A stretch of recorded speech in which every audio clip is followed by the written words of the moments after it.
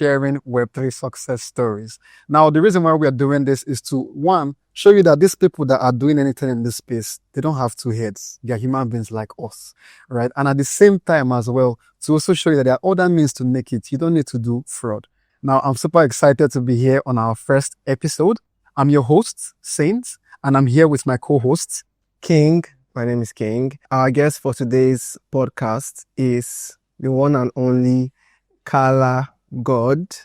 What I consider to be a philanthropist. She's also the founder of BitSave and the founder of Borderless. So, like, he has mentioned a lot of things. How do you keep up with this? How do you manage it? How do you have all these titles and all these hats? How do you make it work? I know I was going to be a very, very busy person. I would have a lot of things I need to handle. So early enough, I started raising people. I started investing in people early enough. And so a lot of the things that I handle, I don't handle them. I have people who handle them that I have influenced one way or the other. And then because of that influence and also because of a bit of my personality that has rubbed off on them, they're able to handle things as excellently as I would. So that's one of the ways. That's why you could say, oh, I'm founder of this, I'm founder of that. I'm actually not handling all those things at the same time all at once. So someone handles certain activities for Borderless, someone handles certain activities for K-Media, someone handles certain activities for BitSave. But apart from playing strategic role, I'm also able to get down into the nitty-gritty to understand how things are done and all. So it's not just me. But the interesting part is, at what stage of your journey did you start setting up these different people? Oh, from beginning. For example, I'll give you an example. One of the person in this studio is my cousin. And I can guess. you can guess. Okay. So he's my cousin. And our relationship started all the way since 2018. Okay, 17, just 2 years. 2017. So he wanted to start learning how to do graphic design. Then I had just started doing music, not full time, but I just started doing music. I was like, okay, fine. Be doing the design, do design for my songs, right? I will use them. So you use me to, learn and all. Me in turn, I will give you feedback and guide as okay, do it better like this, do it better like this, and all. And it's just one of an example because as at 2017, I don't think I was 1% as big as I am now. That's 2017. But I still had that thing of, okay, help people become what they want to. Like, if somebody says, I want to do this, even if I'm not a designer, I know what good designs are, and so I could give feedback. So it's the same thing that I did. Some of the people that work with me today, some of them, we go way back where they needed help on certain things. I was able to provide some sort of advice, and then all of us working together in a community, they just sort of saw the growth and started working with me. So it's always been one of my core values that I've always done since beginning. And then today, when I'm now building things, I sort of remember, oh, this guy used to be good at this thing, at that product. Okay, let me bring him into the team. So that's how it usually works. It's not like it's now. It's already started. I remember the first time Crypto Bootcamp's Bitcoin Pizza Day. I think it was 2022. I remember the first time I heard about it. I was like, Karla God, she raps. She's a founder. She's a builder. She's a this. And I asked myself, do you rest? So my question is, what do you do for fun when you're not in hustle mode? Sleep. Hey.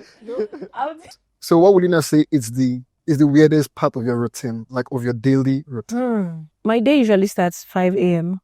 And then 5 a.m. I have 3 to 4 prayer thing that I join. My church has 2, 5 a.m. There's 5 a.m. to 5:30. And that one starts from 5:30 to 6. Then there's another one that starts from 6:30 to 7. So within that period, it's sort of prayer, meditations, and stuff. Sometimes I'm also multitasking. Maybe if I've even prayed the night before, sometimes I'm multitasking at that point. I usually don't eat breakfast that early. Sometimes it's 12 that I eat. And then my husband, he sleeps late. I sleep early.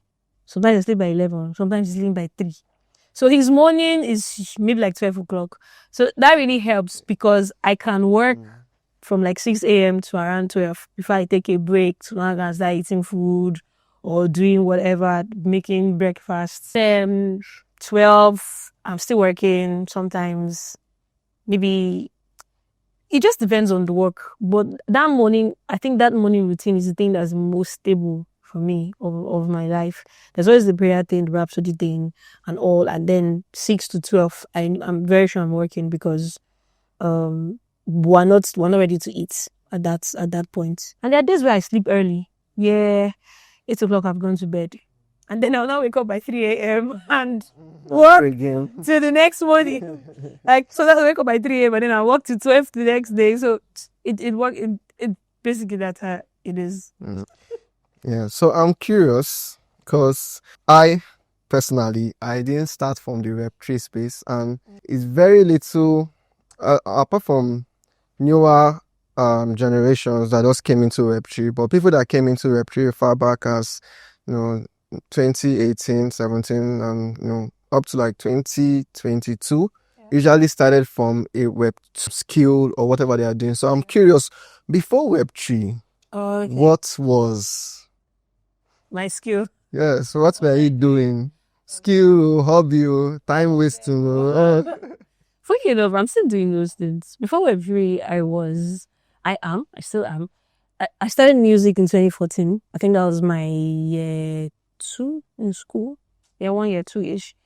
Then I've always been a business developer since the longest time. I'm one of those people that I knew I wanted to do business from secondary school. I finished secondary school in 2008. Then when I finished, I knew I was going to do business. I come from a family where we're not that buoyant, and their family dynamics are also so good. So it was just my mom, me, and my siblings, basically. Going to school was like, you have to think about money. How are you going to take care of certain things? So since I knew, I think it's a gift God gave to me. I'm good with business organizing and planning and stuff. So I knew that I wanted to do business. So far back 2018, I started learning how to write proposals, 2008, sorry. And it came naturally to me. So I didn't even know that thing I was doing was called business development. Till I entered Uniport. That was when I understood that, okay, this thing that you want to do, the career you're going to path, they are going to pave after school, is business development and all. It was I entered Uniport in 2013. So that was like 5 years between 2008 to 2013. That was when I entered school. So that's to show you the different dynamics that I had. But within that period, I was working for companies. Like, I was a big girl at some point. I was working for companies. I was HR for companies. Like, While as a student. No, I wasn't yet a student. Wow. Oh, this is pretty. People hired me. When they saw what I could do, it was no longer about certificates.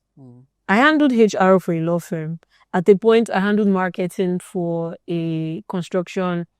They do this, a civil engineering firm and all. There are a lot of things I did. So at a point, I was making money. So I understand pretty early how to be responsible, like financially and all for my life. But when I came to school, school now took my time. I was not making money. I was not broke. I can relate right now. That experience. I hated that experience. Even at a point in school, I remember in my year 3, I said, I can't keep doing this. First of all, I learned that we weren't allowed to go on IT, like management students. I did business management, management sciences in Uniport. I was told that we were not allowed to go, like, we don't go on IT. So I was like, so all these things that I have learned now, what am I going to apply there? So you know what I did? I put myself on compulsory IT. I'm telling you. So what I did was, I'll tell myself, okay. So I wrote to a lot of companies, a lot of consulting firms in Port Harcourt, and said that I want to work with you. Don't pay me money. Just give me stipend for transportation. That was what I told them. I said, I'm not going to collect salary. Just give me salary and transportation. So every week, give me an allowance for transportation so I can pay from Choba to wherever the office is. So a few rejected, but one accepted. And then I would work either 6 a.m. to 12. So I told them I'll work either 6 a.m. to 12 p.m. or 12 p.m. to 6 p.m. If they set any class between 10 and 2 is their business. I'm not attending that class. That's what I told myself. Nah, not everybody can do this. It's me that sent myself to schools. So whatever result I came out with, Is it that's keeping it it's my for business. by yourself? I also knew what I wanted to study. I knew I wanted to be a business person. So I wasn't in school like every other person. There were questions I would ask that nobody in class would ask. Because it wasn't just about a certificate for me, it was I want to know what's this thing? How is it? Okay, so if you're teaching me marketing, what part does distribution play and all? So there are certain things I wanted to know, right? So I could take some kind of risk that students today can't take. And one of those risks was wanting to work with, companies like this and do the IT thing. And so thankfully, it was even in that company also that I got access to laptop to begin working. And funny enough, my boss was doing Bitcoin. So was that the That was one of the things. That was one of the touch points to understanding Bitcoin. So he was in MMM. So he had his office. People were there. So Bitcoin thing. And he talked about it. I'm like, what was Bitcoin? Thankfully, I had access to internet. I had access to a laptop I could use. So it was easy for me to say, I'm not attending any class between 10 and 2 p.m. Because around that period, I would research. And after doing the work that he would tell me to do, I would research, start finding things about Bitcoin. I didn't really understand a lot that period. But it added to me being an OTC trader, me being able to understand block confirmations and other stuff, and being able to actually do certain research. It added to that. So those were the things I'm already doing. And I still do business development in Web3. I still do music. I have a couple of songs that I have dropped for, even for Borderless, for Octant, for public goods ecosystem. There's certain things that I have dropped or already music-like. So all the things I was doing then, I'm still doing them. Just that I'm not working with the core Web2 That makes sense, actually. That makes sense. Right. So in terms of like your Web3 journey, right, how would you describe that so far? Chaotic. I started doing Bitcoin in 2016. Yeah, 2016. That is from the boss. Okay, yes, that was the year I did that compulsory IT thing. So 2016. Then in that 2016, because crypto was becoming something, in my church, my choir leader, Brachidozi, we would have choir rehearsals and he would talk to you about something first. And he would talk crypto block confirmations. I don't understand anything. I did not understand Jack. I knew Bitcoin. I knew, okay, yes, I can buy this thing and sell it.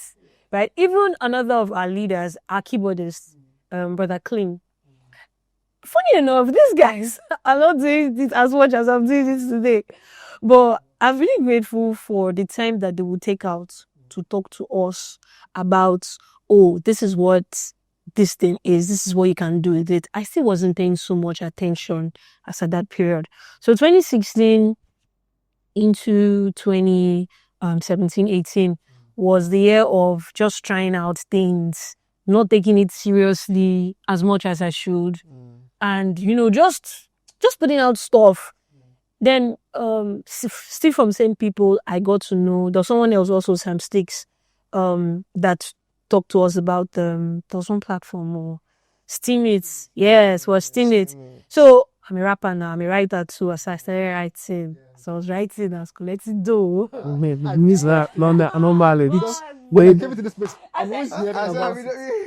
was the first Zora that we're having now for content. Just like it was content for writing stuff. Steemit was the first Zora. We were talking about TBA now, Zora, all that stuff. But Steemit was the first. Like we were writing, we would vote ourselves. Before you know, you got an SBD, and then you get to sell that SBD for somebody in the community to get to Naira. I paid my school fees twice. I'm telling you. That's crazy. I paid my school fees. I also paid school fees for one of my relatives also through that. So but I made a mistake that period. I was just hustling to get the money. Inside that thing, people were talking about Ethereum starting up. You have reminded me of another missed opportunity. Ethereum. Yeah. People were talking about, there were tokens that now Dejen now is small. Then just fill form, just fill Google form. You get like, thank you, God. I didn't miss these things because I was just looking at. I was really, when they'll tell you upvote this other person, where you would just scroll through, go straight down and just upvote. I'm not read through because I'm thinking of the upvote I'll give that they will give me back, and then I'll get like $50. But I didn't pay attention because I was too involved in the needs that I had. I needed money to pay school fees. I needed money to do certain things. So I wasn't thinking of where will this thing be tomorrow? So what can I start doing now to position myself so that by tomorrow I would be ahead?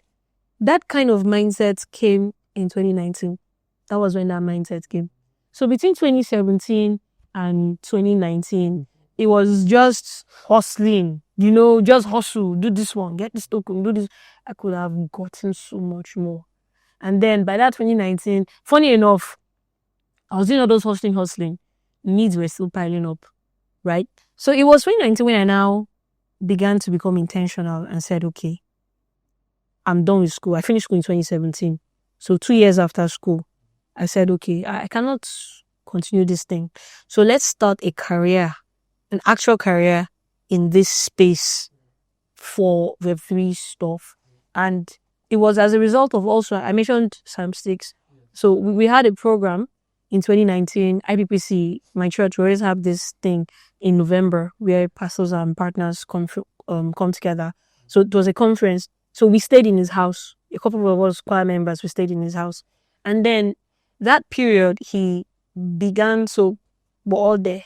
That period also somebody had stolen my phone and I think my laptop too.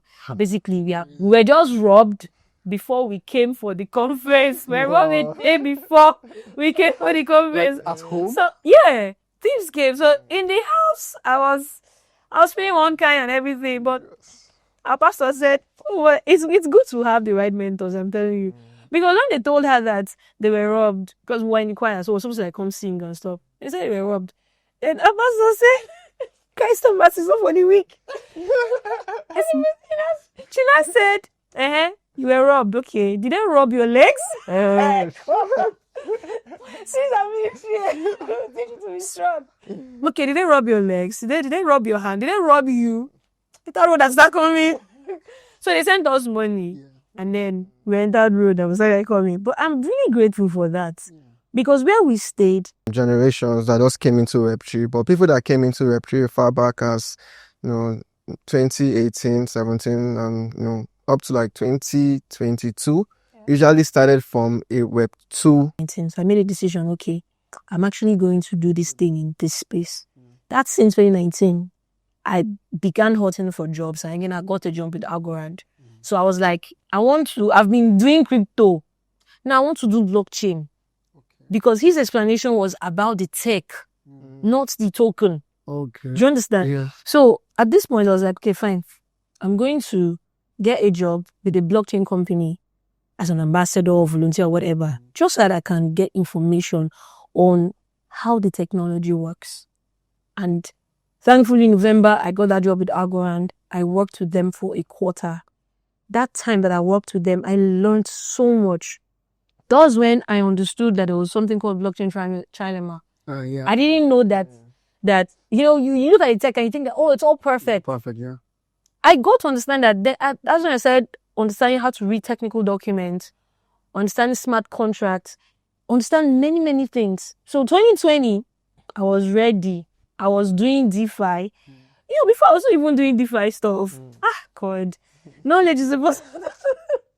If I wasn't doing that, I was just doing OTC and then when only staking was giving crazy money. Crazy thing. And that was how I made my first $1,000 then from DeFi activities in 2020. 2020 was like a DeFi boom. Yes. So we didn't understand it, but the sort of like character in the ecosystem is try it out. Right? So I was trying out things. I was using different protocols. I was carrying out. So my mind was beginning to open. I was beginning to see, I would ask my questions. I'll ask myself questions like, okay, how can Africans use this thing? why don't we have something like this for the African ecosystem? That was when the builder part of me started coming out. Just that. So then 2021, I then started my first company, Crypto Smart. That's in 2021. I started Clip, which was like the open sea of Africa. 2021 was not the period where NFT was not trying to boom and all, and became really full-fledged. So that's period from 2021 till now. This is like my builder phase, builder journey. So that's the story. Hence the chaotic. Thank you. I can see it now. So Karla is also the founder of BitSave, like I said earlier, and she fully launched it this year, April, right? Yeah. Yeah. So BitSave is basically a saving platform, a crypto saving platform. Okay. Am I saying that right? I know I'm not going to explain it as technically as. Wait, actually, so yeah, it has been having good results, and the product has been doing real good, having good adoption from Web3 users. I want to also ask, has there ever been a point in this whole thing you're doing? Because personally, I feel like that sometimes. Have there been a point that I know I have planned all this things, but I just feel that somewhere, this whole thing will not work for me, like the way I want it. Do you have those moments where you doubt yourself, you second guess your plans? I don't think then again, I told you, I have the Holy Spirit. Yeah. And true to his word, I've never just thought up an idea. I think the only idea I had I've actually never really just thought up an idea. He suggests them. Oh, okay. He suggests them. And then there's also something that happens with me where when the year ends, I'm able to tell that the next year, this is what will happen. For example, this year, 2025, 2024, from October, I just knew that 2025 was going to be a year for content creators in Web3. So since then, I started telling our community members, content is going to be a big deal in 2025 in the Web3 ecosystem. To start getting into it. You would even see it in the way we marketed, publicized Borderless 3.0. It was very intentional. It was intentional. I wanted them to do videos. I wanted them out of Borderless 3.0. B Media came out. The B Media thing I'm telling you about, that is filming and everything. Okay, studio. It came out. So I kept saying since content is going to be a big deal in 2025. So you guys get in on it, begin to create content, and I gave them the event as as an opportunity to start that. And we're seeing it happening right now. Every ecosystem is looking for content creators. Yeah. Even on TikTok. In TikTok, they're trying to get in incubates that we were at. Most accelerator programs will tell you, okay, come and pitch, pick a pitch deck and all. Guess what? We're asked to do videos.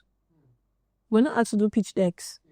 People now are looking at how to do, instead of sending an investor a pitch deck, they are sending pitch videos. Yes. So, and it's not only in the Web3 space as well. Do you understand me? It's not only. So I kept telling them that this is what's going to happen. Now, that kind of thing happens with me also when I'm looking at building products. The only challenge that I have is, now the thing is that, a pastor said one time, said God would show you, he will show you that I am going to get to this level. He will show you level 100 and level 1. Will not show you 2 when it's that. So that's the only challenge I have had, because I'll be at 15. I'll be like, okay, why is this thing working like this now? What's supposed to happen next? Then do the work. Then you will see 20. So that's just been the challenge. I've gotten the BitSave that you're talking about now. The idea for BitSave came in 2020. That DeFi year, it became more impressive in 2021 after I lost some money. Because I was starting the company in 2021, and then I had put monies for staff salaries for the next 6 months into DeFi. Okay, I shared the story. That was it. And so I said, oh, this is not going to work. We have to have something like this. Now, the idea for that came since, but look at the timing. This is 2025. And right now, it looks like, this is the perfect time and everything. So I've never really had a oh, this is not for me thing. I've always had a like, can this thing just work now? I think the issue I had was patience, was being patient. So following the process, and then in following the process, you are learning, you are making mistakes, and you have to get back up and do the work. Yeah. Certain times you'll be at the point where it seems like funds have run out, and you're like, oh God, how can I get funds? At certain points, you're trying to get money. At certain points, you're asking people for help. At certain points, I'm like, do I have to always be doing this thing? Can't I just come to a point where everything don't settle? If there was any time that I had any moment of probably hesitation or so, it wasn't like, oh, I didn't believe in myself. It was like, can this thing just work big? Can it just be fast? Yes. Because I need to it work, but Which one to 100? Yeah. that should just be the only thing. So Okay. how do I come out of that? I just pray. I talk to God, and I get back in. And most times, not even most times, all the time, He basically comes through. One example was 2023 was a very trying year for me. Very, very trying year. That was the year that multiple times we ran out of funds for Borderless. At a point, somebody was saying that, why didn't you just go and get like, I have a Web3 job actually. I even still have one till now because I want to be able to have consistent income. But someone was like, why don't you just close Borderless and just, I mean, this is taking money, it's taking your energy. Time you would have used to be hunting for jobs, you'll be using it to do certain things, do research and all. And it's not as if you haven't waiting. Somebody was saying that to me. And at that period, it seemed like what they were saying like made sense. But I just could not, it just didn't work. But in that same situation, I was able to raise money to travel with my team to Morocco to look for investors in BitSave. Funny enough, we got one small investor, like not like a big thing, but that fund helped us right through. When I came back, I was able to pay all the debts that we were owing. And then we had some runway for Borderless 2.0 and other things. And then 2024 was very beautiful. That was the year we got really cool grants from Octant.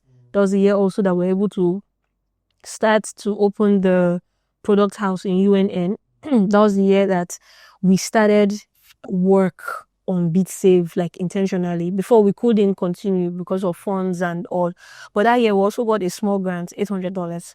And you will be surprised how that $800 took us far in development that got BitSave to the point where we could now launch on base and then now come into this incubate program that we are at now. So 2024 was really quite a cool year. So there's been situations where I feel like, I'm tired of all this, Like fighty, and all that stuff. Yeah. But I think when I look back, it's like, okay, those things prepared me for now, for all the things that we're going to handle in the future. That's been it.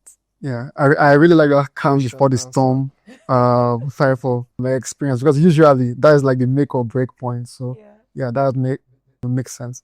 Yeah, so many of us as Nigerians, we usually have limited examples of people that are doing things legitimately, like making it. So this part that you decide, what was that person? Was there anybody like that? Was there any example? Right, somebody that was doing it successfully, like legitimately, right? Maybe not too big, but just following a path that you saw, and then you were like, okay, I can, do this as well. Okay, I think some of the persons that I really hold it in high esteem in this space, Franklin Peters is one of the persons that I really held in high esteem because seeing what he had built with Boundless Pay and all. Also in this space, like in Port Harcourt also, there was a time that I was working a lot with Chidozie Chris Arius because at a point, he was the person that taught me how to write Web3 proposals. I knew how to write proposals already, but he gave me a template on how to, and he was quite good at it. He was working on it. And proposals for jobs? No, like for projects. Oh, okay. For projects, like also technical writing, taught me technical writing also. Then Clean is not, you probably will not know. You will know him as a storyteller, as a writer, as a script. He's a filmmaker. He's written some scripts for movies that are on Netflix now. Yeah, he's that. So he's a writer, but you wouldn't know the Web3 side of him. I know the Web3 side of him.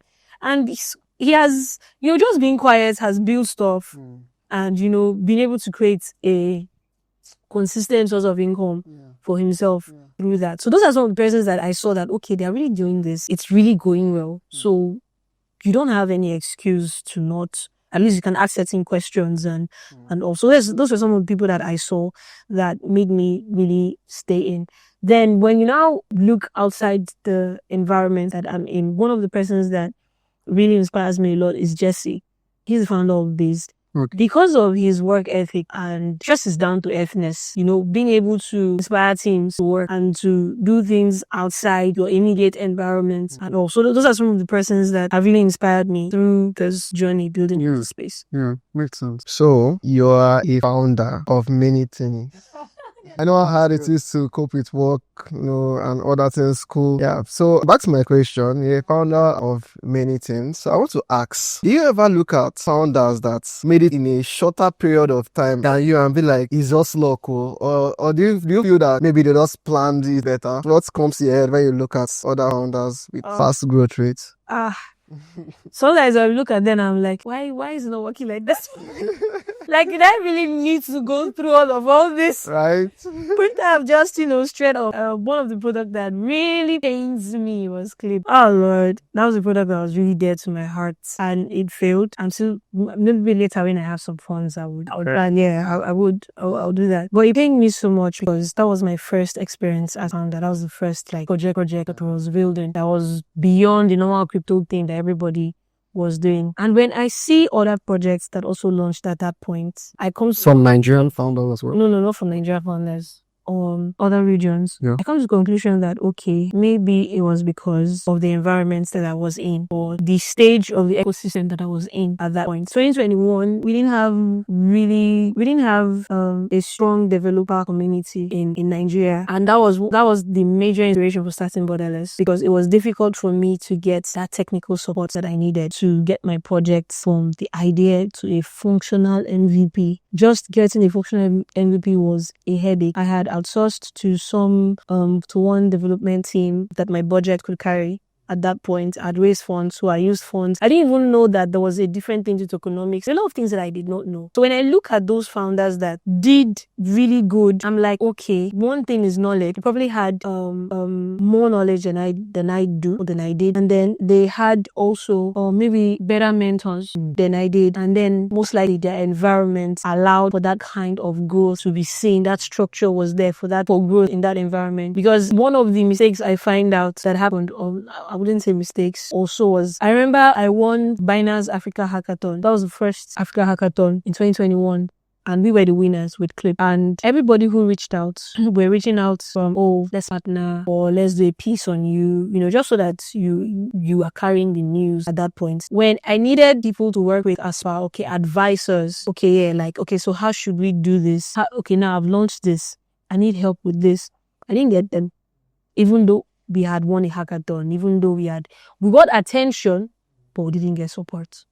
So one of the things that I see that some other founders who probably has made it, they got support. And the support was not just funding. The support was also reason on how to apply the funding, connection on these are the dev teams you should work with. Those kind of support that actually takes a product from idea to, PMF, product market fit, and then you can now start getting stuff done. That was it. So the only way I conquered that was with Borderless, because I said, okay, since we have a development issue in this our country, I'm going to solve it. And since we have a builder issue, because I remember one experience I had with a builder in the space, a renowned one, and I'd asked for his help. I said, sir, I need your help on this thing. And this man legit told me that I have not invested anything in his life for me to be asking. Wow. To be asking him for help. I'm asking for money. Yeah. I'm asking for money. And by the way, I had bought his course for 2 of my team members. Then remember, I still had Crypto Smart. I bought his course for 2 of my team members. I had joined his community. I told them to join his community. So that it won't look as if I'm an outlet that's trying to leech. I'm actually contributing something. I just need your attention on something. Okay, not for him to actually The Take technical. to build. Oh, okay. I want to have a call with you and advise me Yeah. on I'm building this thing. So that I see that you just built this, and I think then you had just read like 250K for another project, something tools or so. Then so okay, let me speak with you on this. Advise me on how did you do this? How can I do it? This is where my project is at. Do you understand? And he told me that. This was 2022. I decided, and I thank God I had that, because that was one of the major things that made me start Borderless. That was one of the major things that made me start. I said, okay, that particular experience plus the experience I had with development, I said, okay, I will solve this problem. Since nobody is going to come. If nobody's going to come to my aid, I will go to my aid. And I will make sure that another founder does not go through the same issue that I just went through or have the same kind of problem. And that's how we started Borderless. To the point that even when we started Borderless with a laptop, my CTO's laptop, we were the only two persons. So I said, what do we have? We have domain name. I'll be, now. That's why if you go to Borderless, now we're changing the domain name. Borderless was borderless.cryptosmartnow.io because it was CryptoSmartNow domain name we use. So we have domain name, Abi. I have laptop. If you have laptop, we have time. Let us create domain name. Anybody that wants to learn about Web3 tech. He wasn't even a Web3 dev. We didn't even have a Web3 dev. So I said, okay, anybody that wants to learn about tech, let's start. Do you understand? The core thing was Web3. But at that point, I didn't have a Web3 dev to work with. Let's start with what we have. We'll teach people front-end development. Web3 is front-end, Abi. Let's start. And that's how we started. We put out stuff out. We used Telegram for our classroom. Record the classes, put it on Telegram. We had our thing I was basically the person doing all the organization and all. And then I wrote to Agrand and said, Agrand, please give us money for this thing. We want to do this. We'll teach people. We'll get the dev who will teach Python, because Agrand, you can use Python to write contracts on Agrand. So they were dragging their feet at first. And I went and started. I continued. I would tweet about it. We finally got somebody that could teach Python. I said, okay, we'll add this person to the team. That was Great Adams. And he started teaching it. And then I would tweet about it. I would tag them. I was just trying to let them know that even if you guys don't support us, I want to do this thing. It's a pain for me. Do you get? So it's not just because of your ecosystem. I actually want to do this because I looked at the environment. But how could everyone was going to Lagos to do dev things? It's only in Lagos and not being. So what is happening? We can do this thing here. I can get before. So I was angry about the whole thing, and I said, okay, I will change it. Like you said, since nobody will come to my aid. You come to your own. I said, I come to my aid. I didn't want any founder to have that feeling that I got when somebody said, like you have not invested. I said, okay, no problem. I'll be somebody who could become so big that I will invest in others. And that was the idea for Borderless. So I was very angry because this was something I wanted to do. So even if Algorand was dragging their feet, I had resolved, I am doing this. Whether funding come, I'm doing it. Whether it doesn't come, I'm doing it. But thankfully, Algorand gave us our first, and I'm always grateful to them. They gave us the first grant and the biggest that we've ever got in one lump sum. That grant helped us open the hub that you see now that's in Port Harcourt, furnish it, everything that we furnished it with. And it helped us have the first event, but there's 1.0 events that we had in Port Harcourt. I remember. I was thinking it was a project, yes. I wasn't there, but I remember seeing the promotion was good. Yeah, The it promotion was LinkedIn. Then I was also active on X. So it was from how on LinkedIn. Yeah, I was probably sorry. And I think one of the reasons it was that good was because Port Harcourt had never had a Web3 event. What we had conference kind of was crypto. It was crypto. It was trading. If a project wanted to talk about, they'll talk about how they'll give you airdrop, how you come and trade. That was it. We didn't have events that talked about the tech itself.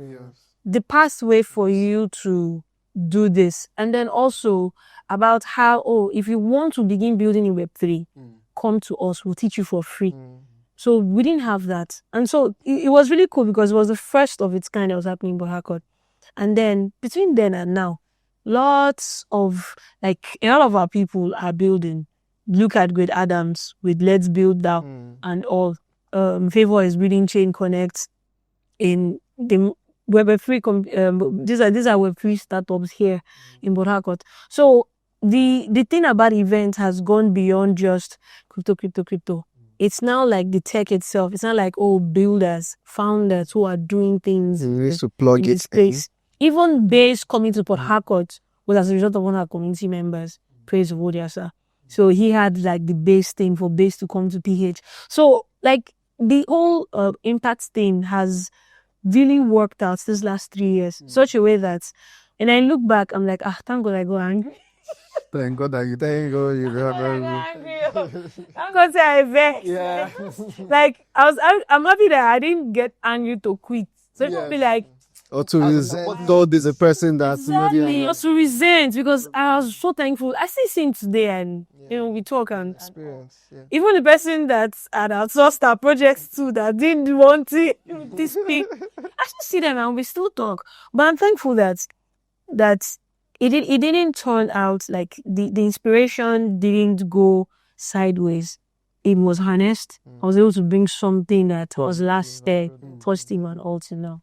So that's basically it. So something you didn't do was you have said borderless, but not everyone knows borderless. Oh, okay. So I'll highlight some things about borderless, maybe if you want to throw more lights. Okay. Yeah. So borderless is a community for developers and builders, and they have done an amazing job since their creation. They have gotten several grants to help push that's initiative. Okay, we've helped developers, Web2 developers transition to Web3. Yes, jobs too. A lot of jobs. Yeah. A lot of around 10,000 young people with Web3 education. Yeah, actually it's 8K. We're still getting to that 8K. It's 8 Random. moments. Yeah, when we very soon, hopefully we'll get there. I was manifesting. Was that Manifestation. So Same. we worked with a lot of chains. We've worked with Lisk, we've worked with Metis, we've worked with Base is recent one, we've worked with Algor and worked with Arbitrum. Lisk, I think Lisk too. Yeah. Lisk is super chain. So we're able to, so the way it works is we have two kind of cipher sessions. Cipher sessions are something that you call boot camps. Okay. Right? So let's say you want to learn how to code, but you don't know how to code. Like you are a newbie in tech, but you have zeal, you want to learn. Is the general cipher session you would attend. That one is one that we have like every 3 months, sometimes every 6 months, where you come. We'll take you through for 6 months, for 3 months. We'll teach you. Like you go from not knowing how to code at all to actually being able to build frameworks. No, not frameworks, I mean like websites and stuff. Then there's the other cipher session that we do, which is the one where we get Web2 developers to transition into Web3. So this one is for people, you already know how to code, you already know how to do programming and all that, but you want to understand how to build Web3 projects. So this is where we'll now teach you specific to those Web3 projects. So maybe like Metis would sponsor it, and then developers won't have to pay everything. It's usually always free. We did for Arbitrum, we did for Lisk. Right now, our name for Base, we have Base on-chain summer that's coming up. And Borderless is one hosting for Port Harcourt. So that's how we get to transition developers.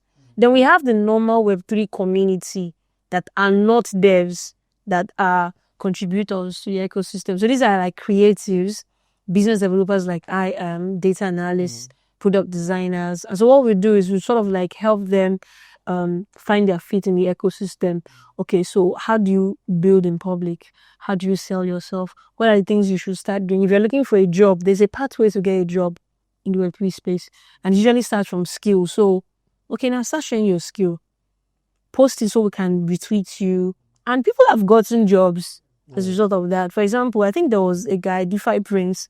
Right now, he works with Octans as a community mod. There are lots of others. I think Elisha got a job as a graphic designer at one project like that. There was someone I got a job for as a business developer. There are some that we even employ ourselves. We have a news outlet, and the people who work there are from the Borderless ecosystem. Even BT Protocol that you're looking at were built by Borderless developers.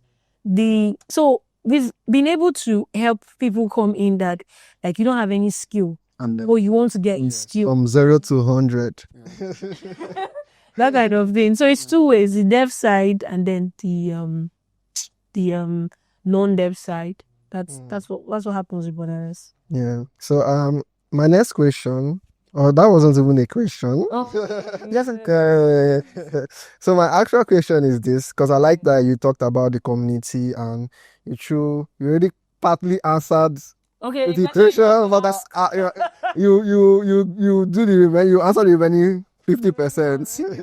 So like, firstly, but how would you say the community impacted your growth, and how would you advise people to position themselves in the communities that they are in? Because I know a lot of people that will stay in some place, and someone that will come after them will do more than them that have been in that place for a lot. Okay, so I think I would say I'll start with like defining what a community is. People usually think that community is put everybody together in a WhatsApp group or together in a Telegram group.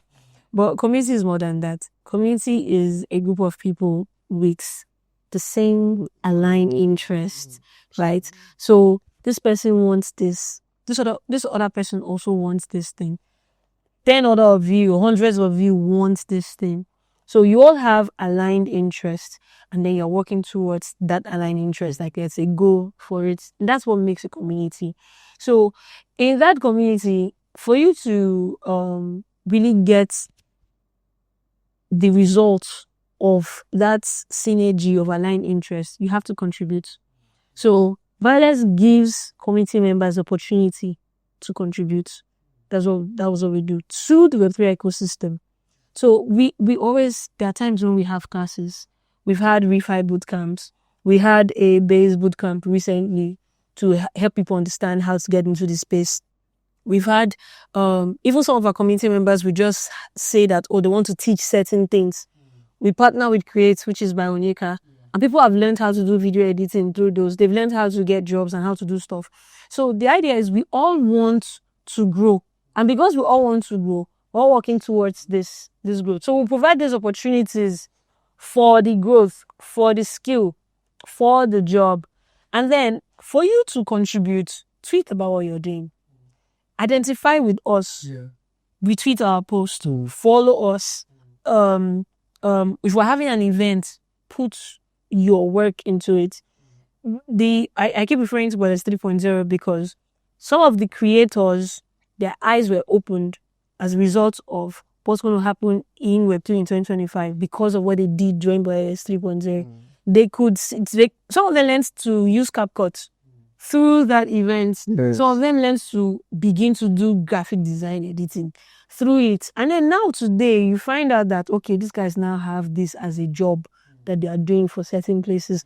But if you don't contribute, if you don't, you will not say anything, join the... When just be a ghost. You are ghosting. You are not asking. And even something as ask questions is contribution. I need help with this. That is contribution. You are saying that, I trust you guys as a community to help me with this problem. And this thing happens across everywhere. It's not just communities here. I've seen it in communities of founders. I've seen it in communities of Web3 marketers. So if you don't contribute, if you don't ask questions, if you don't try to sync up with others and help and collaborate, you find out that you'll be in that community 1 year, you haven't gotten anything. So it's just better you just leave. Be in a community where you can actually contribute. Yes. So that's how people are able to grow in our communities. Oh, okay. That makes sense. So now, still on the point of growth, right? If you were to, let's say, start from zero again, right? What would that look like for somebody that is, what would that look like? Right. For us to start from. How would you make the unchaotic to be? to be streamlined? Yeah. Okay, I think if I were to start, I'll buy Bitcoin. I'll buy Bitcoin. Yes. 2016 when I got it. That's what I will do. That I will double up on Bitcoin. I'll put my ear out for Ethereum. But jokes aside, I would be more futuristic than situational. Even when, because like in that situation is a lot when somebody's in that situation. Yes, I know it's a lot, but I would, if I was to do things differently, I would try and bring myself out. Like, people go through problems and they're not able to come out of problems to look.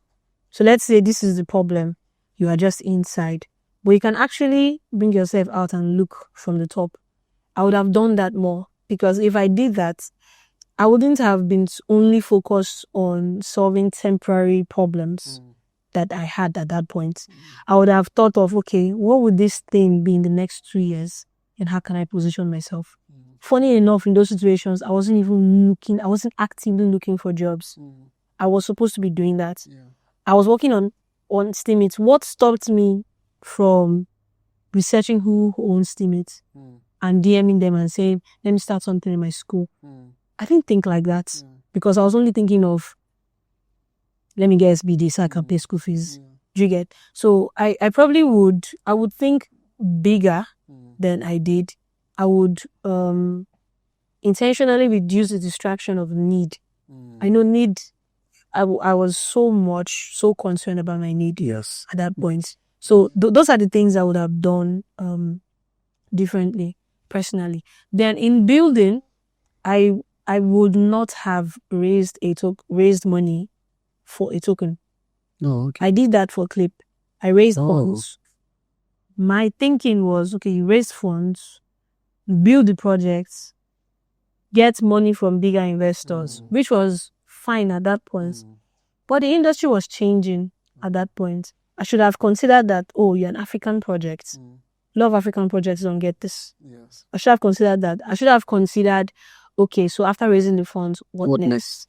Do you get? I should have considered that, okay, I should have built my own in-house developers and not outsourced. I shouldn't have done that.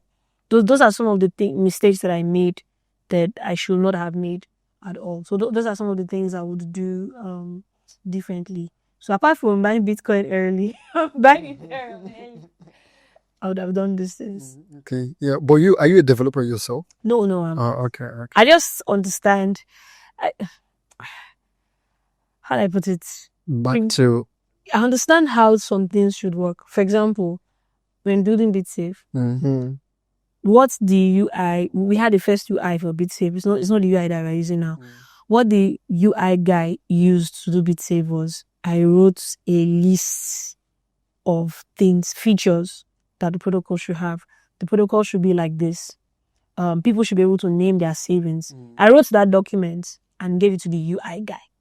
He now used it to create what he created, the actual workable app. That was now our first MVP. The other thing I did was the maths. One time, I think 2022, before we started working on the contract, I traveled to Ibadan to meet one of our developers. I rented a hotel apartment for 2 nights. And I brought them in, and we had our board and everything, and we sat down together and solved the maths for how the logic should be for the smart contract for all. And then after that, I wrote the white paper, the technical paper for BitSafe, the maths and everything. It was that we now used to create the flow charts for the protocol before we started building the smart contract. So those are the kind of things that I used to do. I don't know how to do the code, but I know how the logic should be like this. I remember I was very intentional. I said, I don't want us to have a pool. I don't want us to have any, and like the way DeFi have like a big compromise and stuff like that. I don't want to have a pool where you. I remember the explanation of. Yeah, exactly. So it was very. All those things are what I know how to do. But to say the code, I know nothing about the code at all. So the core thing that helps me make things work is the leadership thing. Just knowing that, okay, yeah, this is how this thing should be. And then getting the team together to work on it. That's basically. Okay. Yeah, that makes sense. Because I really want to know where this to say we're just basically problem solving that brought about that interest. I like that. Because sometimes I feel that I should get some skills. No, right, but I like. you don't. I usually have to tell. Sometimes founders tell me, should I be technical? Should I go and learn? I said no. I said, what's your superpower? What are the superpowers that you have that you are good with? One of the superpowers that I have is people. There are certain people that I'm working with today. Oh, they give me headache. And people, some persons were like, why you still working with this guy? But now I know why I'm still working with him. Some persons gave me headache. Some persons, my goodness. But those persons right now are responsible for some of the successes that we have. Do you get? So I was patient. That's it. That's it. I was patient. Okay.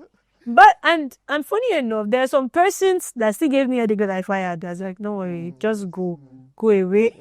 But it's okay. Let's not say it's okay. So I sort of like have this thing of, okay, yeah, this person can make the mistake.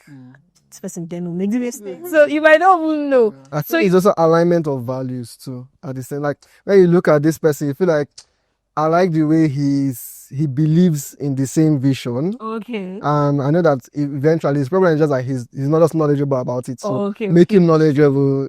True. That's one of it also. So if you now look at me and say, oh, Karla is this kind of founder, like she works like this, it might not be the same for everybody. Yes.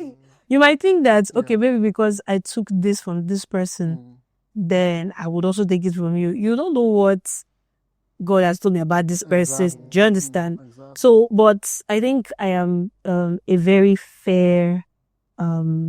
Yeah. Like I don't like to gatekeep, and I like when people I'm working with are also building their own thing. Yeah. Actually, like that. I like when, okay, so you're working with me, you also have your own thing that you are able to build, and then you can actually come to me for support, and I'll actually support you. I'll actually help you with it. So, that's that support thing where people come with something that is small, that looks like it's small, like an idea, and then they're able to talk to me, and I'm able to give them, this is how you should make it bigger than this. For example, one I was at an event recently, and one lady told me, she's in the Borderless community, but she doesn't talk so much.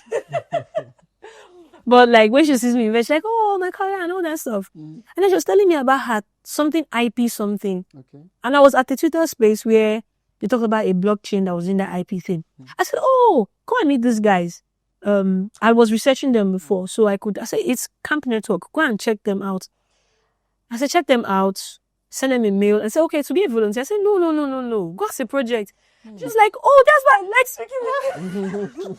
I said, no, go as a project. I said, oh God, that's a like security. It was so funny, but I could identify that, so you could bring something to me and I'm thinking a different way. Like, you're thinking one way, I'm thinking one other way. And then when I say it, you're like, oh yes, it makes sense. Yeah. So I think we had the similar experience with you. We had the exact similar experience when we were building this. Right, exactly. Because I came for a different level of advice, but what I got was even what's give this more structure and stuff. So yes, I can actually relate to what you're saying. So those are some of the things that I have. That, makes it work. Yeah. So we talked about starting from zero, right? So now, if you were, let's say not zero now, right? There are mistakes that have been made. What are those things that, at the time they were very, bad or they were actual mistakes or problems or errors, but looking back, you won't undo them, right? Because they actually brought you to this phase. If Clip didn't fail, I probably never started Borderless. Because that anger, that experience of this is how difficult it is to build something in Nigeria. do I have to go to United States first to be able to build a product, or speak with one Indian that would charge me like 50K? If I didn't have that experience, I probably would not be as passionate as I was with Borderless. I probably maybe I would have started Borderless and then closed it if it started giving me too much stress. But every time that it had become challenging in Borderless, I think about the experience I had building Clip. And I think about how I don't want someone else to experience that kind of thing. So keep this thing running, keep it going. Yes. And I'm thankful for that, because if Borderless was not established, you will not see BT Protocol. Yeah. That's one thing that that's one failure I'm actually very, very grateful for. Oh, okay. That makes sense. Yeah. So I know you as a go-getter. Okay. Because I remember in I'm forgetting the name of this event where we saw Web3 bootcamp or create December Web3 GPH, yes. Oh yeah, good. Yes, that day. And when we discussed and we told you about, because she was one of the first people that we thought when we are rebranding. We talked about it. Yes. That's where we actually had a call. Are you serious? See, she doesn't even remember too many. I thought she's a philanthropist. He thought I was joking. She now does it. Helping. You have problem. Serious? We talked. We collected contacts. We also had a call, Seth. Yes. Yes. It's the call. Yeah. It's the call that I said we came for advice in a different way. What we got, like, so that's it better. Yeah, and I was also reading through her Twitter, and I saw a lot of her goals. Yeah. Writing 2 books, making. Let me say it again. So like maybe to ignite her in case she has forgotten. Writing 2 books, making up to $1 million. That one bust my brain. Even $100K. I know how they battle. And a lot of other nice goals. So I wanted to ask, how do you stay sane with so many goals to achieve? So many insane goals to achieve within a short period. I see what you did there. Wisdom, right? Oh Lord. It's the Holy Spirit though. I'm not going to lie. It's the Holy Spirit, because if I didn't have him, I would be overwhelmed. Honestly. I keep telling people, like, the Holy Spirit is a cheat code. If you're a Christian, or like if you're not a Christian, I'm not gonna get for again. You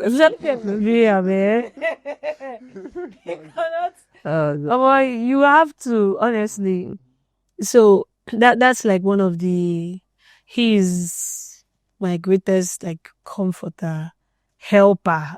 God, that aspect, I've seen it play out a lot, because sometimes I write that like I'm going to do this, and the year goes in. For example,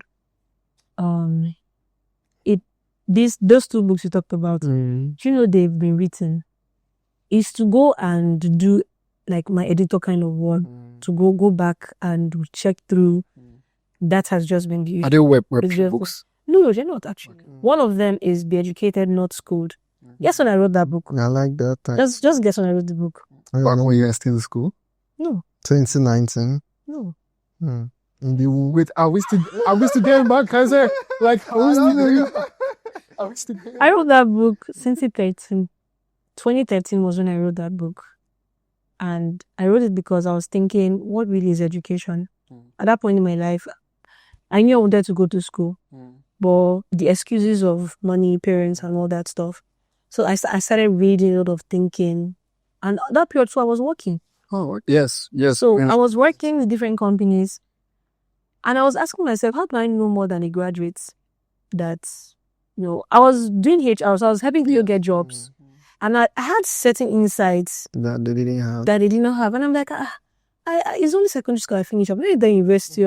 How do I have more insight than you guys have into even something that you studied, yes. And stuff. So it got me really thinking a lot, doing research, and I was doing a lot of deep thinking, and that was how that book came out.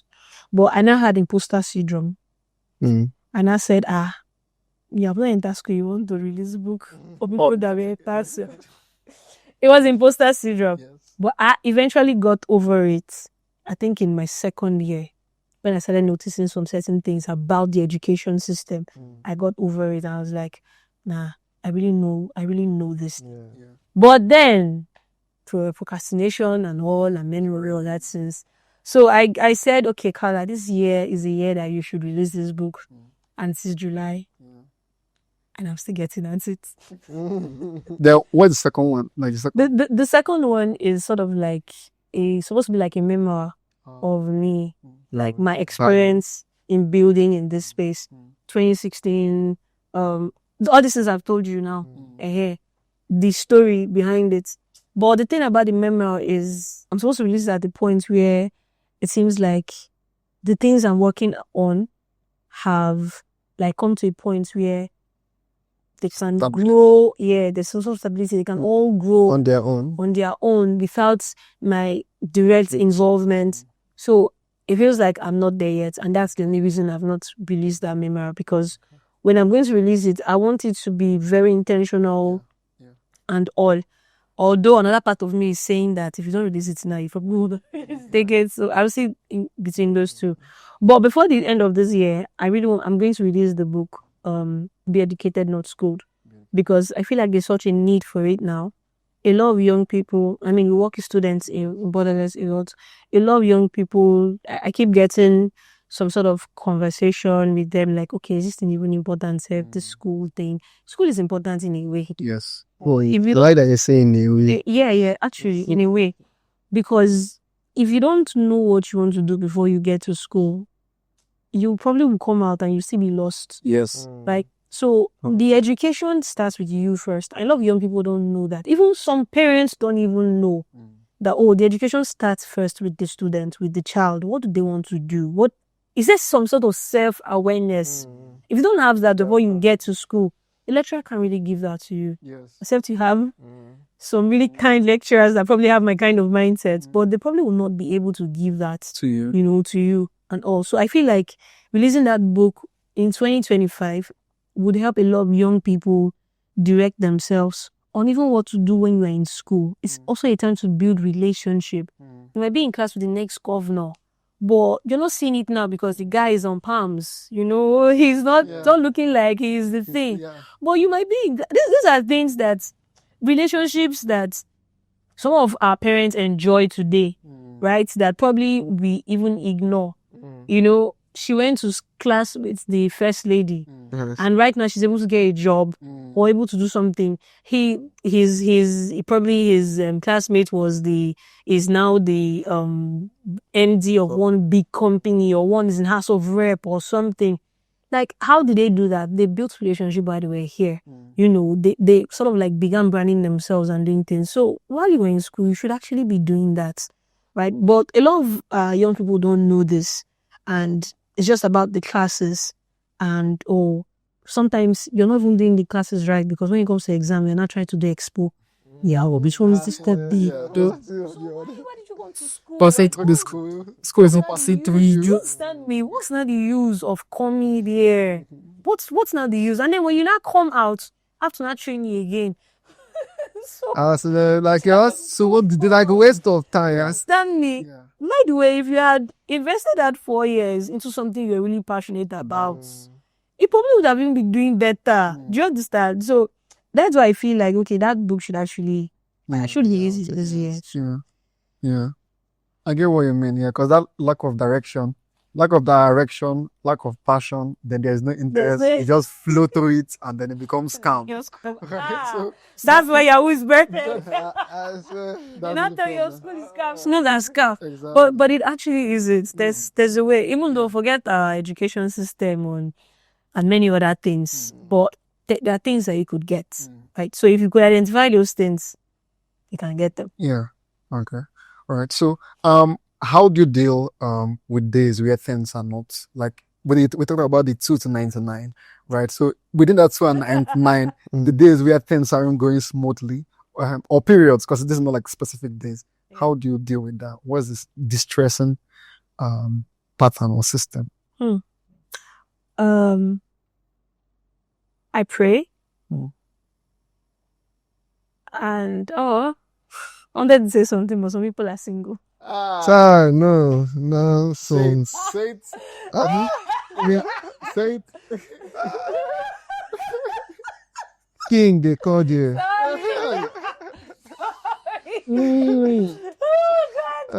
Sorry. God, soon. Let me run away. Harry cannot release. Sorry, it was not intentional, but you asked the question better. I just like to answer honestly. So on those days, I pray, I beg. I can't meet my husband. I just Get yourself somebody to meet. I'm telling you, very important. So I just I speak with him, we talk, and those are some of the things. So prayer, then companionship. Yeah. I think it's just those two. It's that thing. It's just those two. Then there are some days that is sleep. I just sleep. So after praying, I speak with him and then sleep. And then by the time you wake up, so sort of like the head is fresh. Thank you, Karla God. Some days you just have to leave it and just go to the next one. I start fresh because yeah. All right. I didn't mean to shade you guys. Sorry. But it's not. Yeah? Moving on. Moving on. Okay, moving on. I'm curious. What's that one thing you had to unlearn in order to start making progress? Something that was, let's say, was a fundamental to you, but you just had to unlearn it. Or even though it wasn't a fundamental, something I needed to unlearn to start winning in as a founder and other aspects. I needed to unlearn anger. Yeah, I used to get angry a whole lot. But then I started working with a lot of young people, and one day I had an altercation with one of my staff members, and the Holy Spirit asked me, he said, they probably don't know as much as you do. The anger is not going to get you anywhere. Getting angry that they responded like this, or they should have responded like this, is dependent on what they know. So if these people are in your circle now, it's your responsibility to make them better than what they already know. And that was how I stopped that. I stopped getting, I might respond harsh, but no, I'm not angry. If you start working with me at first, you feel like, oh, okay, she's angry already. It's just for that moment. Because I feel like you can do better. Yes. You actually do better. But after then, it's gone. But before then, it didn't used to be like that. I used to get pissed off at, okay, this. And the pissed off wasn't like really about the person. It was like, I know you are in Nigeria now, but elevate. No, do beyond what the normal Nigerians, would do. But the Holy Spirit would always let me know they're like this, so it's time to now, help out. Then on that thing, I also used to get angry at what's it called? That like what that man said and all. But the difference was that I channeled the anger in the right way.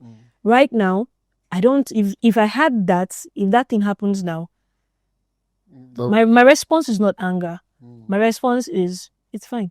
We'll see in the future. My response is, it's sort of like, how had I put it, is confidence. So somehow, the place that used to be filled with anger at, I used to be angry at this country. Yes.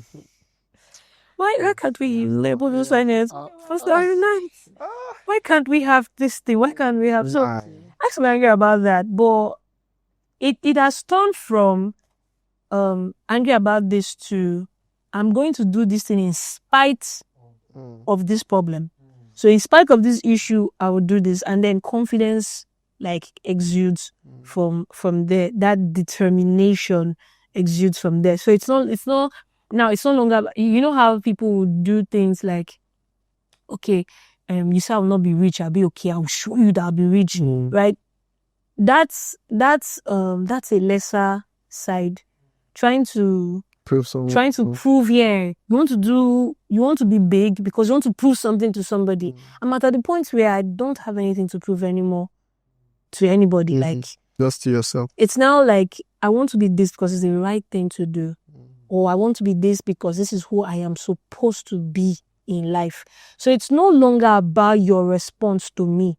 It's no longer about you. It's no longer about what you think about me. It's about my own vision. I feel like this is what I should do. So in spite of you or in spite of the environment that I'm in, I am going to be this thing.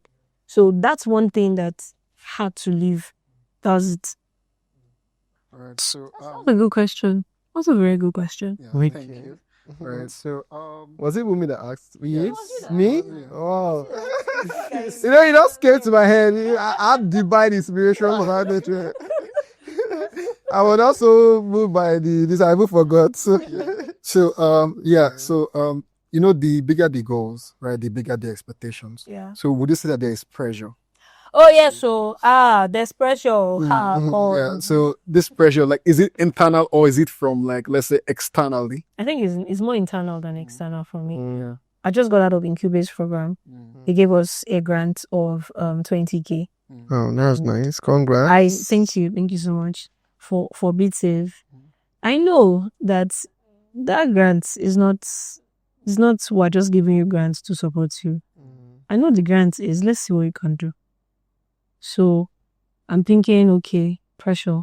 What am I going to do now with this? How many users are we going to get on BitSave? Will it be said of me that, okay, we're giving a grant and my project is still the same? Do you get? So that pressure. At the same time, we just started K Studios. We're developing the B Media team. Next month, we're going to start interviewing people to employ here. We want to have in-house editors. We already have producers. So we want to really want to build the creative thing. This is a new startup that would benefit every other startup that we have, but there needs to be a structure. So there's another pressure here. Borderless is going through a phase from developers to builders. That's another pressure I'm looking at. So I even have a trip to Abuja very soon. And on that trip, there are certain things that I want to do. So the pressure is more internal. And it's more like, okay, so how am I going to make all these things work and do it in such a way that no one fails? Everything works very well. So how do you deal with this pressure? People. Prayer and people. It wasn't working. So Still the whole distressing. Let's not talk more into it. Yeah, what's They say prayer and people, but it's prayer and a person. okay. Yeah. See, the Holy Spirit is a person. So him. Then there's the part where I need to take out time and think and create a strategy. So when I come back from that trip, what I'm coming back with is an actual strategy and an actual plan for us to work with for this. That's the thing. So usually once I have that strategy, it becomes easy to make things work because, okay, there's a plan. Everybody knows the plan and this is how everything should be working. And then you can now measure progress across board on this. So that's what I'm working on at the moment. Okay. That makes sense. Yeah. When I go out or when I interact with people, right, a lot of people throughout all like the phases that I've had, one thing that they don't know about me is that there are times that they are very low for me, but because I would always dress and come out. Oh, okay. So that's leading to my next question, which is, what's that one thing about you that people usually assume wrong? For instance, even when I'm at my brokers, people always come to me and even see bed. I swear. I don't know because the problem. I don't know, but there's been a constant. There was a point I was scared of dressing good. Like, it was so. There's been a constant thing. There's something I've always had. It was so bad. So what's that for you? Still bad, Seth. It's still bad. So, yes. Okay. So what's that for you that people usually assume? People assume that harsh. Harsh. Yes, people. Okay. Yes. I usually get this to me and say, you're very cool. Oh. Yes. No. I actually thought that you are not relatable. Yeah, that's the word. Yeah. They usually assume that I will not be relatable. Yeah. They assume I'm unkind because maybe they've seen me shout at somebody. I used to shout a lot. Sorry, of like it's sometimes Makes the world go round. if I don't think, not like shouts like yell, but you interpret it as shouts because, for example, let's say So scolding, right? yes, that kind of thing. Like, okay, why is this here? I'm not going to tell you, let's say maybe this is not supposed to be here. Yeah. I'm not going to say remove this. Yeah. I'm going to say, why is this here? Why did you think this is here? This should be here. Assistant is here, is not doing you okay? That's my way of scolding. Yeah. My thinking is that let me not just tell you what to do. Yeah, so you like, understand. tell you how to think. Yeah. Like of how certain things you should be. So people see that and they're like, nah, Karla will be very harsh, right? Or maybe basically they always think I'm going to be harsh. Then maybe when they now have an interaction with me and they ask me something and I give them the advice in a certain way, like, you're cool. That's so relatable. I didn't know you would be, you'll be like this. Like, what did you want? I would be before. Somebody actually thought that, I wasn't going to be kind or something. I'd help them out with something. They didn't think that I would even listen to them or help them or anything. There was a student that I got a device for. I didn't even remember that. I didn't even know. She spoke up to me and said, this is the phone I bought. Which time did you say? Ask for money. God. I said, okay. And then she was saying, thank you. I didn't know. I didn't think that you would even think about it. I'm sorry. Please don't be angry. Don't be offended and all that stuff. The people, I now notice that people have a perception of me that is like, Karla is very harsh. She do this thing. She give you one. That's the thing. Another thing that people assume, which I don't have any problem with everybody assuming that. Okay. They always assume I have money. And it's not for money. Yeah. It's like, can I get 1 million? No, it's I need like 1 million. I want to do, there's this thing I want to do. And they give you a breakdown. Breakdown. And it's valid. Yeah. Like, it's valid breakdown and all. And then I'm like, okay, I'm at the moment, there are many things I'm working on. I'll be able to provide you with that. Yeah. Sometimes at that point, it's only 20K that's in my account. Yeah. Like, if I count all the monies that I have, and just for yourself. They are for like maybe settling some certain bills in the studio, for Borderless, for BTA, for payments and all that stuff. When I count the money that is actually my own, like 20K, and they're like, just can you give 1 million? And they're expecting me to just transfer. We are cut over. Let's do it. Let's go. That's how it works. And then, this one's not an assumption, but sometimes when I borrow people money, I forget. That's the thing. So because of that, people now feel like, I'm spending money. So even if you can forget this amount. Yeah, but the way money is with me, money is like a tool. Don't see it as even though it's going to be is an asset, it sort of like determines that you have an asset or something also. Or it gives like a status here, like a status symbol. But for me it's a tool. And once it's left, I am thinking of what it should bring back. I'm not thinking of when I borrow people money or maybe when I help somebody in need. I'm thinking of a time where I needed money and nobody gave to me. Not that they didn't have it, they had it, but they probably just didn't just give to me or so. And I know how that was. I know that I needed that money for something valid and I'm good for it. Come on, I'll pay back. I'm Karla God. I will pay back the money. Karla God. I'll say one and only Karla God. You can't. Don't worry, you'll learn. I said, you learn. And so I didn't get it. And I can see that, okay, this person is still in that same kind of need. And true to their word, sometimes I forget about the money. They're like, oh, this is the money you borrowed me. Like, oh, now see why I could actually lend you the money. Like, it's not just everybody I know. So I know. Yeah. I just felt like, oh, so now I see why I could actually lend it to you, because you're actually one of the persons who are honest and all. Even though I'd forgotten about it, do you get? So the way I am with money, when I'm maybe investing in something, it has gone. I'm not thinking of. That's why I'm not good with futures trading or danger trading or all these things, because I'm more of a long-term person. I'm not short-term. I feel lose that money, don't go. I'm not doing it.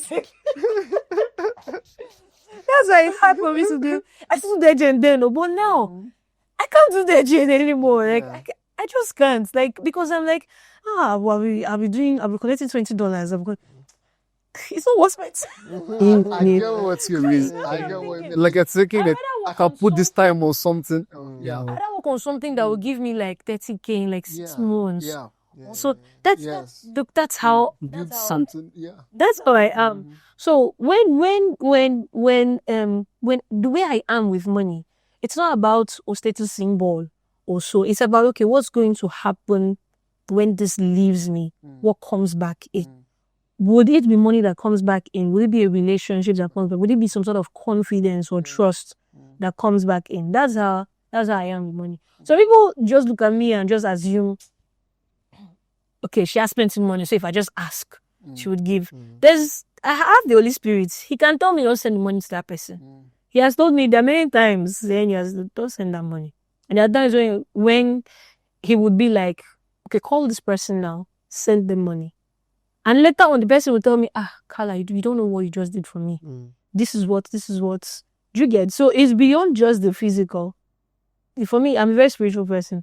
So when people look at me and just assume, there are times when I didn't have money for something. I borrowed from somebody else to give to somebody else. There was a child's school fees I paid recently. I didn't have the funds at that point. Funds was going to come like 2 weeks later. But I collected money from somebody else and paid for the child's school fees. The Holy Spirit told me, like, okay, this has to be done right now. So it's not like I'm giving you money because money is there. I'm giving you money because of the values I have, and also because of the instructions I receive from the Holy Spirit. So there's don't think that because I have 20K that is coming in and then, okay, please, Karla, I need this studies. Oh, yes, your case. Yeah. See, speaking of like divine instructions, right? What's that one scripture, right? Or yes, let's stick with that. Yeah. That actually that you recall, like when life is just doing its own thing, like moving mad. Things work together Was that one? for the good of them that love the Lord, who are called according to his purpose. That's one scripture that always at every time when it feels like things are not going how they should, that scripture always comes to mind. And I see it play out every single time. There are times when I'd been in serious challenges, and it wasn't just like finance challenges. It's also like maybe challenges with family. And that's like one of the biggest challenges to have, man. God, challenge with family, so close to home. Aside health, so man, God, it's so close to home. Challenges with family. Maybe with relationships, with people. I think sometimes people challenges are more than they're more intense than finance challenges. But no matter how, often challenges with rejection, where you feel like you've done all these things right, I still get rejected. It wasn't your fault or something. So that scripture comes to mind. All things work together for my good. That's Philippians, right? Philippians 4:19. So no matter what the issue is, I know that all things work together for my good. And so I stay in that thing. That's one of the reasons it's easy for me I go through this issue and the next time I see like I'm back up. I have maybe one setback or something, and that setback doesn't lead to give up because all things work together for my good. So I'm going to go back up and work on that thing till it comes to fruition. So that's one scripture. Goodness. So yeah, that's my question. Okay. How is it like being Karla God and a wife? And do you also have to explain, how do you explain? Do you have to always explain what you do? Like does your partner understand what you do? Back end of this. Okay. So, I usually don't have to explain things because, and that's one of the beautiful thing about our relationship, because he was there when I started taking this space seriously. He's also in the space. Wow. He doesn't do. He does not do the tea. Like, I'm the one that is out. But he's also in the space. He's an artist too. And he's also in the space. He works and he earns from the Web3 space also. So, he's been there.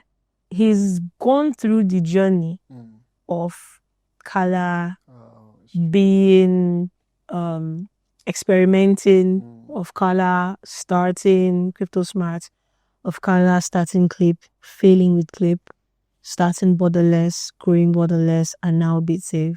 So he understands it. That's one of the really big advantage that I have. We are gradually coming To the end. Yeah, to the end of the infinite well of questions. Okay. I want to ask, do you think others can do what you have done, and why? Because the reason for that question is people, when they look at people online, let's say on YouTube now, people see this, and sometimes we don't be like, and that one, he knows how he used and got that thing now. So, do you really think that this is possible? This thing, where you've gotten to through, the means that you got it through, is it possible for other people to do it? Is it replicable? Is it replicable? Yes. Yes. Emphatically, yes. I think it is. Anybody can do what I have done. They might not be able to do it the way I did it.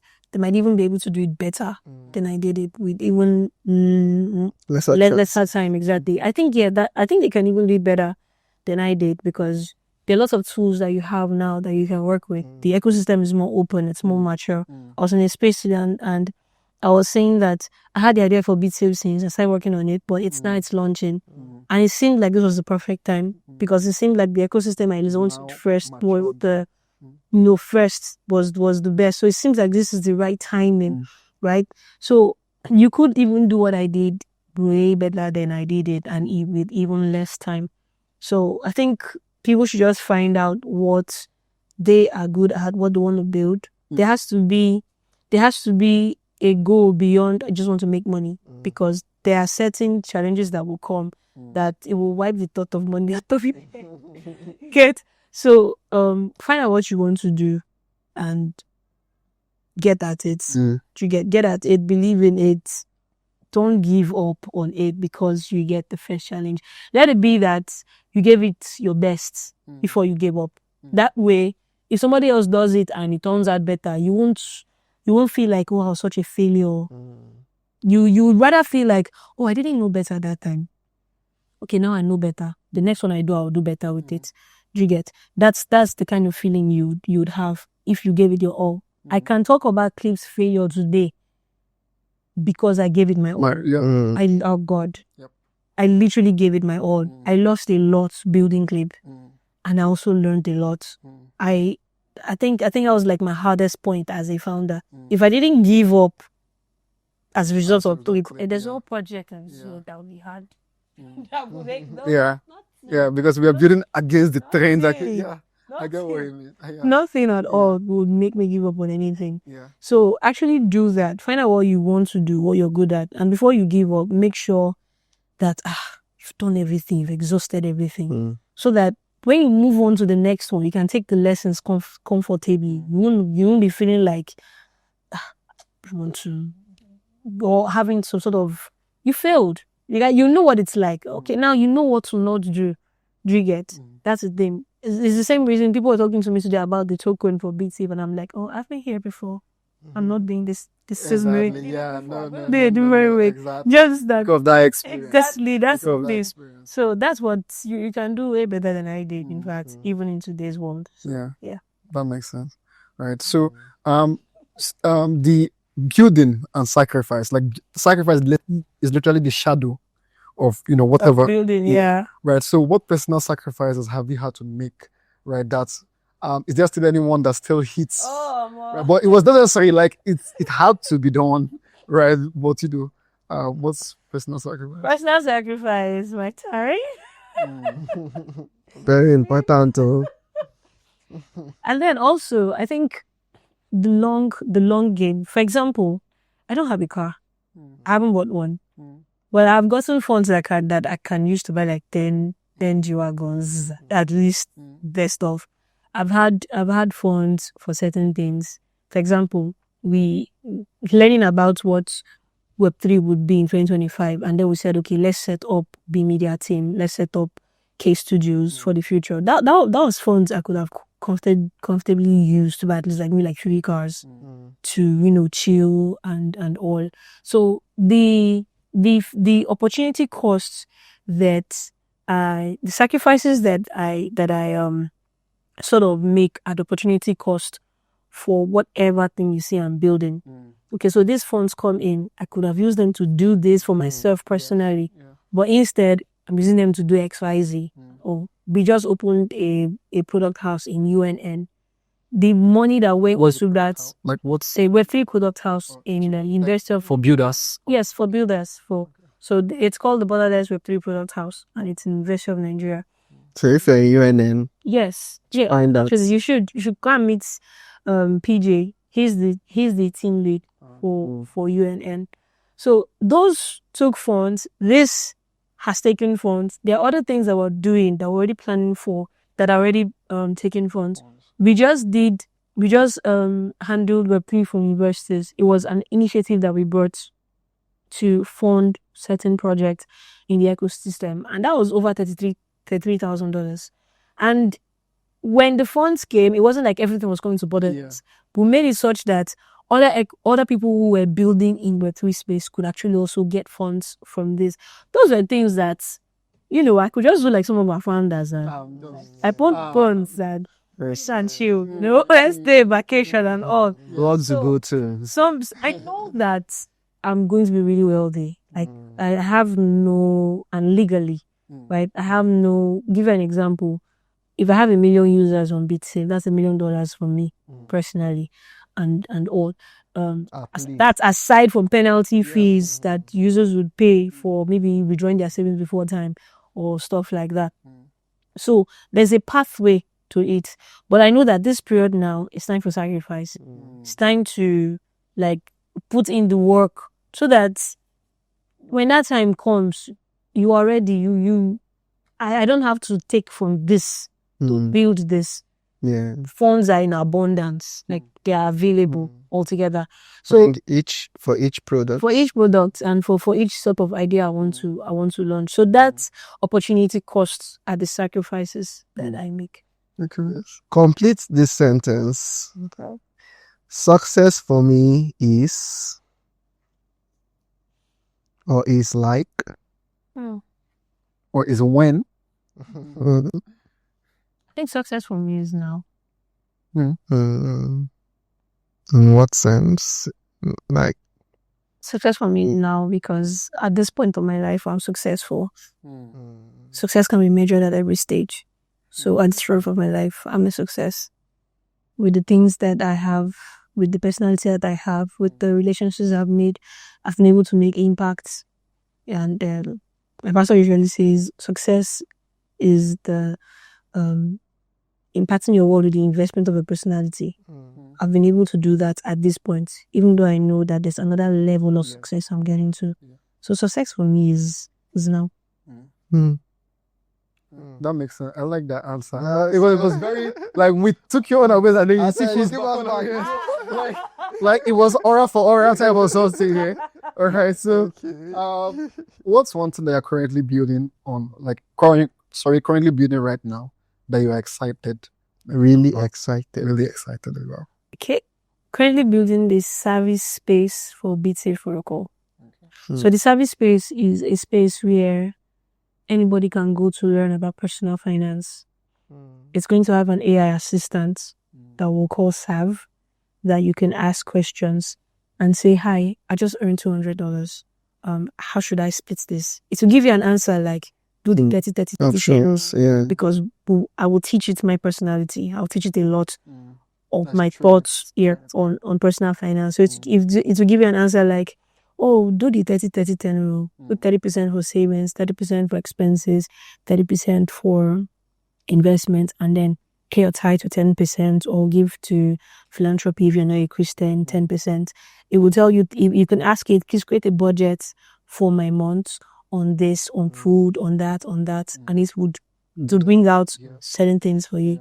And the service space also, you could watch videos, podcast videos about me on personal finance, about some of our partners on personal finance, different people that we admire in the world about personal finance. You could ask Savvy Space questions about, summarize rich dad, poor dad for me.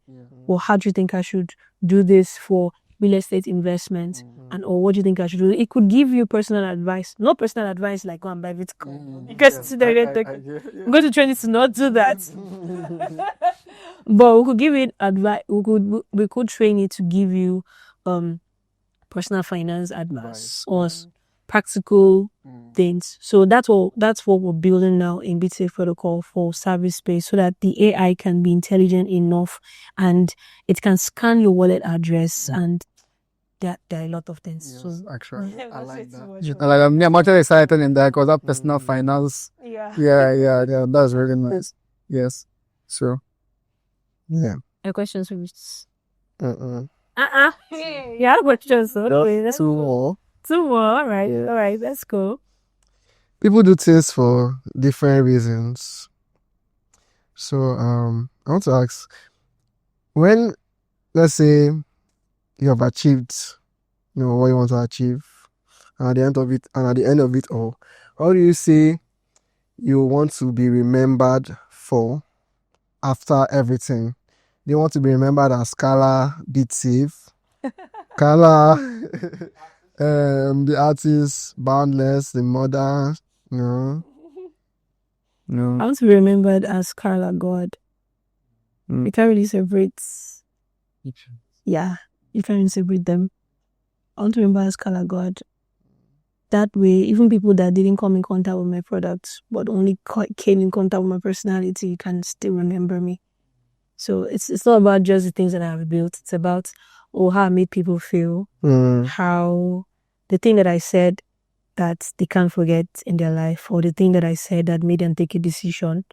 The thing that and I've had those experiences a lot where somebody told me, you said this and I decided I was going to do this, and I decided doing it, So I want to be remembered as Karla God, the personality, whether you came in through BitSafe or through my music or through Borderless or through Plan A or K Studios, every other thing that I'm building, you are able to have this mindset that you can be anything, and that you don't have to do the wrong things to succeed in life. So I want people to remember me as that. Yeah. So that makes sense actually. Yeah. So final words. Yes. Final. I would also like you to look at the camera, for someone that's still doing for someone that's doing everything right, but they're still stuck, right? They're still they still feel lost. What would you say to that person? First off, if you are a Christian, you have the Holy Spirit. So talk to him. He knows you more than you know yourself, and he's more interested in your success than you could ever be. So actually do talk and get guidance. Then don't be afraid to be number one. Don't be afraid to be the first person to do something. Don't be afraid to be the number one, right? So whatever it is that you want to do, go for it. What's the worst that will happen? You'll fail. You get back up. The worst that will happen is you'll fail. Okay, so face the worst, actually fail. This is no longer scary. It's no longer scary. again. You can get back up. and do the thing that you need to do. So I think it's don't be afraid. That's my last words too. Don't be afraid to try. Don't be afraid to fail. Don't be afraid to keep going forward. Right. So we'll call it a close. But first, we actually had a surprise. We came with This I literally forgot. Yes. You have to hear it. let me give this. Yeah, so we came with some both branded and not branded gifts.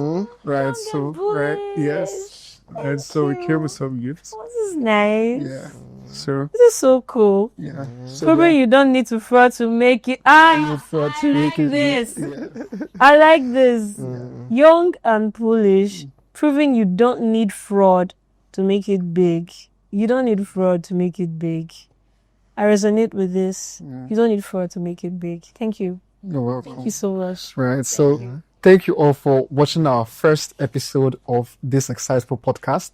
Right. Do well to subscribe and hit the notification button.